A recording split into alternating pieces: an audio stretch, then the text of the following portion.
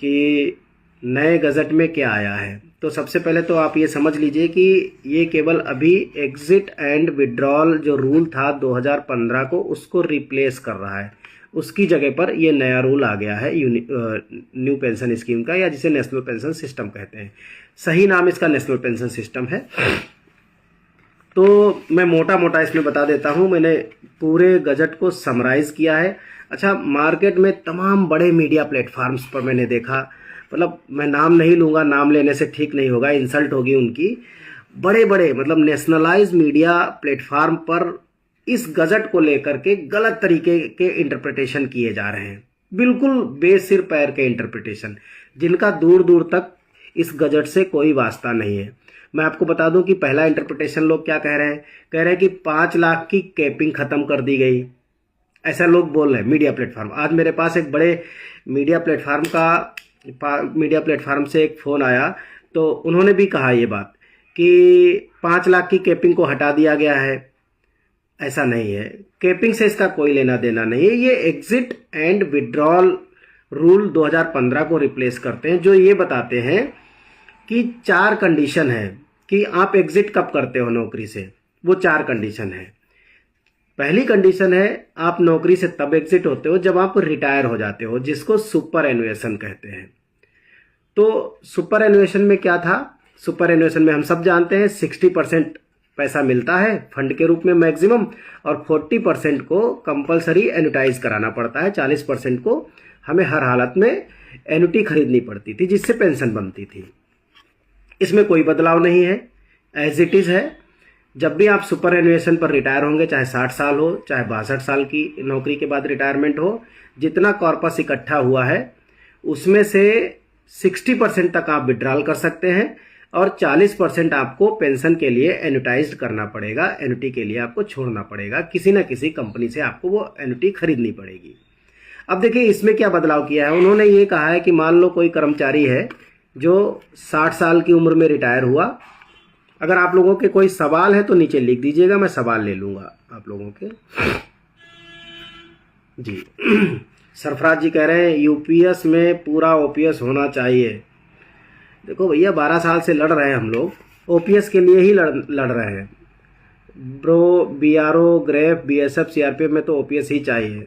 संदीप जी, सभी को ओपीएस चाहिए, ऐसा कोई नहीं है कि किसी को ओपीएस नहीं चाहिए, सबको ओपीएस चाहिए, और ओपीएस की ही लड़ाई लड़ी जा रही है। तो अब इन्होंने ये कहा कि कोई आदमी मान लीजिए 60 साल की उम्र में रिटायर होता है, तो वो चाहे तो उस समय पैसा ना निकाले। ये बात इसलिए कही उन्होंने क्योंकि मान लो उस समय जब वो रिटायर हो रहा है, उस समय मार्केट में रिसेशन है, या मान लीजिए एनटीज डाउन है, यूनिट की वैल्यू शेयर मार्केट नीचे है, तो ऐसे केसेस में वो 60 साल से 85 साल तक की उम्र तक, यानी 25 साल तक चाहे तो वहीं का वही पैसा वो अपना कॉर्पस इन्वेस्ट किए हुए रख सकता है। ये पहला बदलाव है।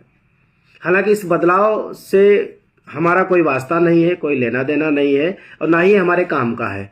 हाँ, ये हो सकता है केंद्रीय ऑटोनोमस बॉडी के लिए यूपीएस कब आएगा सर, अभी कह नहीं सकते, क्योंकि सेंट्रल ऑटोनोमस बॉडीज में अभी 30 मार्च 2021 का अमेंडमेंट नहीं आया है। तो आप समझिए कि उसको 4 साल से ज़्यादा हो गया, लगभग 5 साल हो गया। तो यूनिफाइड पेंशन स्कीम का विकल्प तो इतना आसान नहीं है कि इतनी जल्दी आ जाएगा। तो पहला बदलाव ये हो गया कि सुपर एनुएशन, यानी आपके रिटायरमेंट पर आप चाहो तो अपने कॉर्पस को वहीं 25 साल तक के लिए छोड़ सकते हो।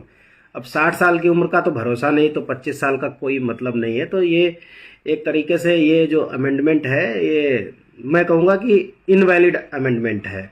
इससे कुछ खास, इसको हालांकि उन्होंने डिफरमेंट का नाम दिया है। कोई भी कर्मचारी चाहे तो 25 साल आगे तक के लिए उस पैसे को वहीं पर होल्ड कर सकता है। सुधीर रूप जी भी जुड़ गए, इकबाल साहब भी जुड़ गए हैं। आप सभी साथियों से एक बार मेरी गुजारिश रहेगी कि इसको शेयर जरूर कर दीजिए, ताकि और लोगों तक भी ये बात पहुंच जाएगी। दूसरा है जो मैंने बताया कि 4 तरीके के एग्जिट है, 4 तरीके से आप नौकरी में से निकलते हैं। पहला है सुपर एनुएशन, जिसको मैंने बता दिया, और दूसरा है रेजिग्नेशन, जब आप इस्तीफा दे देते हैं, या फिर डिसमिसल, आपको डिसमिस कर दिया जाता है, और उसको बोलते हैं, या फिर रिमूवल, नौकरी से निकाल दिया, रिमूव कर दिया जाना। तो जिन वजहों से भी रिमूवल होता है या डिसमिसल होता है या कोई रिजिग्नेशन दे करके जाता है, तो उस केस में अभी तक कोई बदलाव नहीं है। जितना कॉर्पस है उसका 80% आपको एन्युटी खरीदनी पड़ेगी। अब इसमें यह बाध्यता खत्म कर दी है कि उस एन्युटी के लिए आपको रिटायरमेंट की डेट तक रुकना पड़ेगा, ऐसा नहीं बोला गया है। 80% की आपको पेंशन खरीदनी पड़ेगी और 20% आपको तुरंत मिल जाएगा, ये नियम है।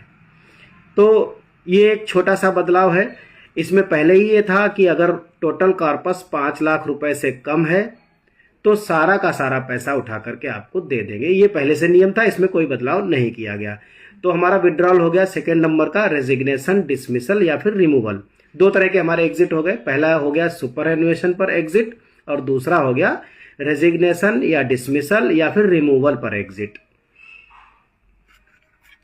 संदीप पवार साहब, मैं भावनाओं की बड़ी कद्र करता हूँ।